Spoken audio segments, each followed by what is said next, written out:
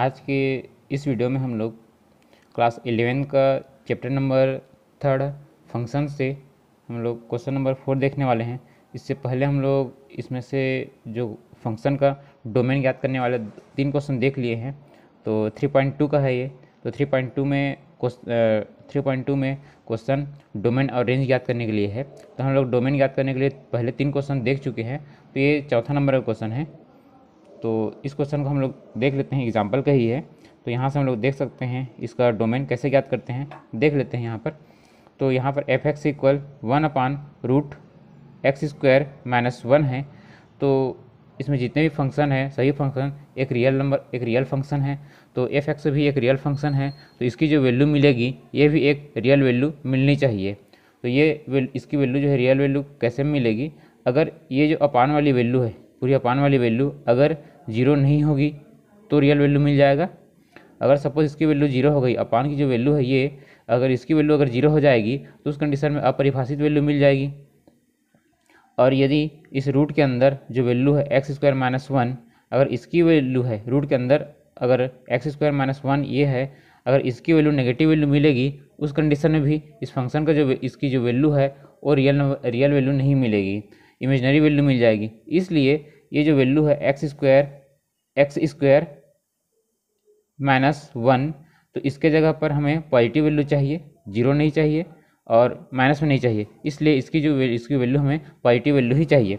तो अगर ये वैल्यू पॉजिटिव वैल्यू होगी तभी ये एफ एक्स परिभाषित होगा। तो एफ एक्स परिभाषित कब होगा, जब x² - 1 इज़ ग्रेटर देन 0, इस कंडीशन में परिभाषित होगा। तो इसको हम आगे सॉल्व करेंगे तो ऐसा मिलेगा x + 1 and x - 1 is greater than 0। हम लोग यहाँ पर x की वैल्यू निकाल लेते हैं। तो यहाँ पर हम लोग इसको फंक्शन का डोमेन हमें चाहिए, तो ये दोनों को अलग अलग सॉल्व करेंगे।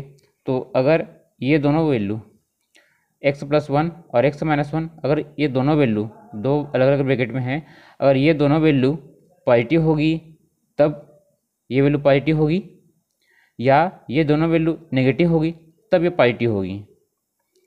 तो यहाँ से पॉजिटिव के लिए हम लोग ले लेते हैं x + 1 is greater than 0 and x - 1 is greater than 0। इस कंडीशन में यहाँ पर वैल्यू जो मिलेगी वो हमें पॉजिटिव वैल्यू मिलेगी। तो यहाँ से x is greater than -1 and x is greater than +1। तो यहाँ पर हम देख सकते हैं कि x की कोई एक ऐसी वैल्यू होगी जो -1 से बड़ी होगी और वो वैल्यू +1 से भी बड़ी होगी। तो x की ऐसी कौन सी वैल्यू है जो -1 से बड़ी होगी और +1 से बड़ी होगी। तो अगर हम लोग इसको लिखना चाहें तो ये लिख सकते हैं कि 1 से कोई बड़ी वैल्यू है, सपोज 1 से कोई बड़ी वैल्यू है, वो वैल्यू -1 से भी बड़ी होगी। तो हम ये कह सकते हैं इसके डोमेन के लिए x बिलोंग्स टू 1 से इन्फिनाइट कितनी बड़ी है, ये पता नहीं है, इसका लिमिट कितना है ये नहीं पता है, इसलिए हम लोग प्लस इन्फिनाइट तक ले सकते हैं। तो 1 से लेकर के इन्फिनाइट के ठीक पहले वैल्यू तक जो वैल्यू होगी वो -1 से भी बड़ी होगी, -1 से भी बड़ी होगी और +1 से भी बड़ी होगी। अब हम लोग सेकेंड कंडीशन देखते हैं, और x + 1 is less than 0 and x - 1 is less than 0। जब ये दोनों वैल्यू नेगेटिव वैल्यू होगी और हम इन दोनों का इंटू करेंगे तो पॉजिटिव वैल्यू ही मिलेगी। तो यहाँ से हम लोग को मिलेगा x is less than -1 and x is less than +1 मिलेगा। तो यहाँ पर x की कोई ऐसी वैल्यू होगी जो -1 और +1 दोनों से छोटी होगी। तो ये तो पॉसिबल है। तो हम लोग अगर -1 से छोटी वैल्यू लेंगे वो वैल्यू 1 से भी छोटी होगी। तो यहाँ पर इसके लिए हमें मिल जाएगा x बिलोंग्स टू -∞ से -1 तक। ठीक, अब इन दोनों को हम एक साथ अगर लिखना चाहेंगे तो ऐसा लिख सकते हैं x belongs to -∞ union r है, इसलिए हम लोग यूनियन यूज़ करेंगे 1 से इन्फिनाइट तक की। ये हो गया इस फंक्शन का डोमेन। अब हम लोग देखेंगे डोमेन एंड रेंज, डोमेन और रेंज कैसे ज्ञात करते हैं इस फंक्शन का, तो हम देख सकते हैं यहाँ पर 3 क्वेश्चन, यहाँ डिफरेंट टाइप के 3 क्वेश्चन हैं। तो इन 3 क्वेश्चन का हम लोग डोमेन और रेंज कैसे ज्ञात करते हैं इसको हम लोग इस वीडियो में देखेंगे। तो स्टार्ट करते हैं फर्स्ट क्वेश्चन से। तो यहाँ पर फर्स्ट क्वेश्चन है F X equal 1/x-3 and second question है F X equal x² and third है F X equal mod of x-1। तो फर्स्ट को हम सॉल्व करने स्टार्ट करते हैं। तो यहाँ पर है एफ एक्स इक्वल 1/x-3।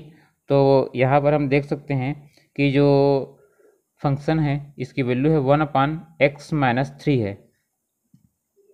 तो डोमेन के लिए हम लोग पहले देखेंगे। तो यहाँ पर जो फंक्शन है ये फंक्शन एक रियल फंक्शन है। तो ये जो इसकी जो वैल्यू है ये रियल वैल्यू कैसे में मिलेगी, मतलब ये फंक्शन जो है रियल फंक्शन कैसे में होगा, जब ये अपॉन की वैल्यू 0 नहीं होगी तो रियल फंक्शन होगा। कहने का मतलब ये है ये जो वैल्यू है अपॉन की जो वैल्यू है तो यहाँ पर 0 नहीं होना चाहिए। अगर ये वैल्यू x-3 की जो वैल्यू आएगी वो नेगेटिव वैल्यू हो या पॉजिटिव वैल्यू हो, उस कंडीशन में इस फंक्शन की जो वैल्यू होगी वो रियल वैल्यू होगी। अगर इसकी वैल्यू 0 हो जाएगी तो वैल्यू जो वैल्यू आएगी उसके बेस पे ये जो फंक्शन है ये रियल फंक्शन नहीं कहलाएगा, क्योंकि अगर इसकी वैल्यू 0 होगी तो अपरिभाषित होगी वैल्यू। तो इसलिए हम ये कह सकते हैं कि यहाँ पर एफ एक्स परिभाषित है जब x-3 डज नॉट इक्वल 0, मतलब x-3 की वैल्यू 0 नहीं होगी। तो कहने का मतलब अर्थात इसको हम ऐसा भी लिख सकते हैं कि x इक्वल 3 नहीं होना चाहिए। तो x की वैल्यू 3 नहीं होगी तो इसके लिए डोमेन हम लोग को इस टाइप से मिल जाएगा x बिलोंग्स टू r-3।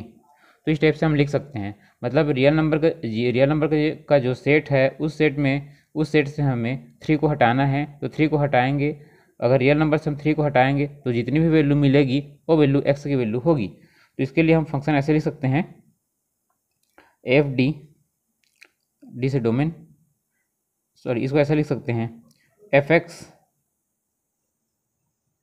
का डोमेन। तो इसका डोमेन ऐसा मिलेगा हमें r-3, ये इसका डोमेन हो गया। अब रेंज याद करने के लिए देखेंगे हम लोग, ये डोमेन के लिए हो गया, यहाँ पर लिख सकते हैं डोमेन। अब हम देखेंगे रेंज के लिए।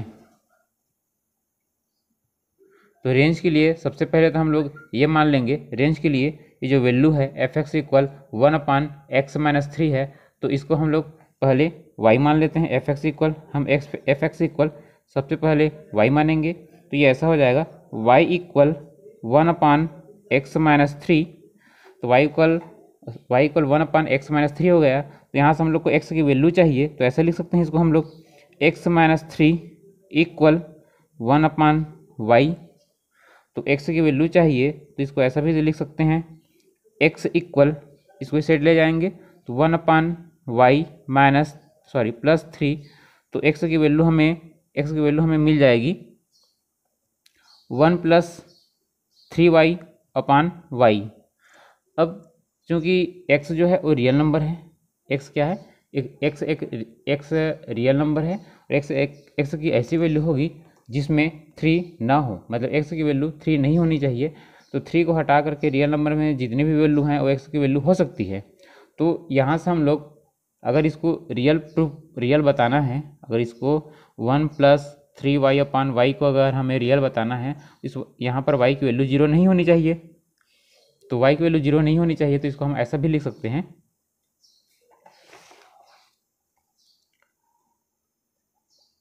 y does not belongs to 0, मतलब y की जो वैल्यू होगी वो 0 नहीं होगी, तभी हम लोग को एक रेंज मिलेगा। ऐसा कह सकते हैं 1 + 3y/y। तो ये x की वैल्यू है, तो यहाँ पर अगर y की वैल्यू अगर 0 हो जाएगी तो अपरिभाषित मिलेगा। तो इसलिए इसका जो रेंज मिलेगा वो ऐसा होगा, इसका रेंज मिलेगा हम लोग को, फंक्शन का रेंज ये हो जाएगा r माइनस 0, क्योंकि यहाँ पर y की वैल्यू 0 नहीं होनी चाहिए, तो हम क्या किए हैं, 0 को हटा दिए हैं। तो y की वैल्यू ऐसी होगी, 0 को छोड़कर रियल नंबर में जितनी भी वैल्यू है वो सभी वैल्यू y की हो सकती है। तो ये फंक्शन का हम लोग का जो फंक्शन है इसका ये रेंज हो गया, फंक्शन का रेंज r माइनस 0। अब सेकंड क्वेश्चन को थोड़ा सॉल्व कर दिए हैं, तो देख सकते हैं सेकंड क्वेश्चन इस टाइप से है, एफ एक्स से इक्वल एक्स स्क्वायर। तो इसके लिए हम पहले डोमेन ज्ञात करेंगे, उसके बाद रेंज देखेंगे। तो डोमेन के लिए यहाँ पर एफ एक्स परिभाषित है यदि एक्स बिलोंग्स टू आर। तो यहाँ ऐसा इसलिए लिखे हैं, इसको हम लोग ऐसे भी कह सकते हैं, यदि एफ एक्स, यहाँ पर एफ एक्स एक बहुपद है, एफ एक्स एक बहुपद फलन है, एफ एक्स जो है ये एक बहुपद फलन है, इसलिए एक्स बिलोंग्स टू आर हम लिख सकते हैं। यहाँ पर एक्स की वैल्यू अगर हम रियल नंबर की कोई भी वैल्यू यहाँ पर पुट करेंगे तो हमें रियल नंबर ही मिलेगा। कोई भी वैल्यू, कुछ भी नेगेटिव, पॉजिटिव, जीरो, कुछ भी अगर वैल्यू हम लोग यहाँ पर पुट करेंगे तो रियल वैल्यू ही मिलेगी। इसलिए इसका जो डोमेन होगा वो एक रियल होगा, मतलब एक्स बिलोंग्स टू आर, तो इसका जो डोमेन होगा वो आर होगा। आर इसलिए होगा क्योंकि जो फंक्शन है ये एक बहुपद फंक्शन है, इसलिए होगा ये। अब हम लोग रेंज देखते हैं, तो रेंज के लिए हम लोग एफ एक्स की जगह पर वाई मान लेते हैं। तो वाई इक्वल एक्स स्क्वायर, तो यहाँ से एक्स की वैल्यू मिलेगी x equal plus minus root y. अब यहाँ पर एक्स की जो वैल्यू है प्लस माइनस रूट वाई है, तो यहाँ पर अगर वाई की जो वैल्यू है अगर ये नेगेटिव वैल्यू होगी तो इमेजिनरी नंबर मिल जाएगा। तो इसको नेगेटिव वैल्यू नहीं लेना है, तो ये वैल्यू क्या होनी चाहिए, वाई की जो वैल्यू है वो 0 होगी या 0 से बड़ी वैल्यू होगी। उस कंडीशन में एक्स की वैल्यू हमें रियल वैल्यू मिलेगी। तो यहाँ पर हम लोग ऐसा लिख सकते हैं इसको, y is greater or equal 0। इस कंडीशन में इसकी जो वैल्यू है, एक्स की वैल्यू जो है वो रियल वैल्यू मिलेगी। तो इसके लिए हम लोग को रेंज मिलेगा, रेंज इसी को हम लोग लिख सकते हैं y belongs to 0 to infinite, तो यहाँ पर जो रेंज हमें मिलेगा ये होगा 0 टू इन्फिनाइट। ये हो गया, ये रेंज हो गया। इसका जो डोमेन है ये आर है। अब देखते हैं एक क्वेश्चन और बचा है, यहाँ पर देखेंगे third number question, F X equal mod of x minus 1। तो यहाँ पर फंक्शन है, ये भी एक बहुपद फंक्शन है, बहुपद फलन है, इसलिए यहाँ पर इसका जो डोमेन है ये भी एक रियल नंबर मिलेगा। तो यहाँ पर हम लिख सकते हैं इसी को, एफ एक्स एक बहुपद फलन है, एक बहुपद फलन है, इसलिए इसलिए यहाँ पर इसका x, इसलिए हम ऐसे लिख सकते हैं x बिलोंग्स टू r। तो हम लोग को डोमेन मिल जाएगा, डोमेन मिलेगा, ये भी r ही होगा क्योंकि ये एक बहुपद फलन है, इसलिए हम लोग इसका डोमेन r ले सकते हैं। अब हम लोग इसी के लिए रेंज देखेंगे। तो रेंज के लिए यहाँ पर होगा, हम लोग ये बात जानते हैं, रेंज के लिए हम लोग y equal mod of x minus 1, ये एफ एक्स के जगह पर हम लोग y लिए हैं, तो y equal mod of x होगा। तो ये वैल्यू हम लोग को ये पता है कि यदि कोई वैल्यू मॉड के अंदर है, जब तक मॉड में वैल्यू है तब तक वो वैल्यू पॉजिटिव वैल्यू है या 0 के बराबर होगा, बट ये वैल्यू नेगेटिव वैल्यू नहीं होगी। इसलिए ऐसा कर सकते हैं, mod of x minus 1 is greater or equal 0। तो यहाँ पर हम लोग को वैल्यू जो मिलेगी वो वैल्यू होगी, मतलब y की जो वैल्यू होगी ये वैल्यू 0 से लेकर के इन्फाइनाइट तक की होगी, मतलब पिछले क्वेश्चन जैसे ही है ये भी। इसका जो रेंज होगा, रेंज 0 टू इन्फिनाइट, ये हम लोग का आंसर हो गया।